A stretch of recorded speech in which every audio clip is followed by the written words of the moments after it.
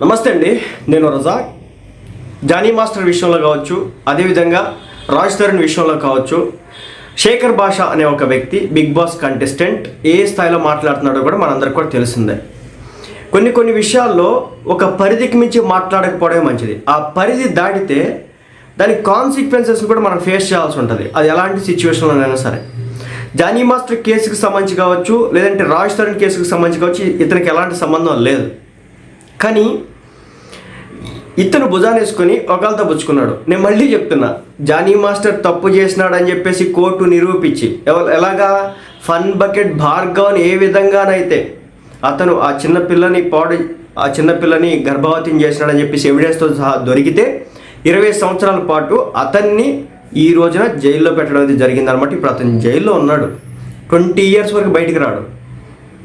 అతని సత్ప్రవర్తన ఉంటే కనుక అప్పుడు చూడాలి. సో అయితే జానీ మాస్టర్ కూడా అలాంటి పని ఏదైనా చేసి ఉంటే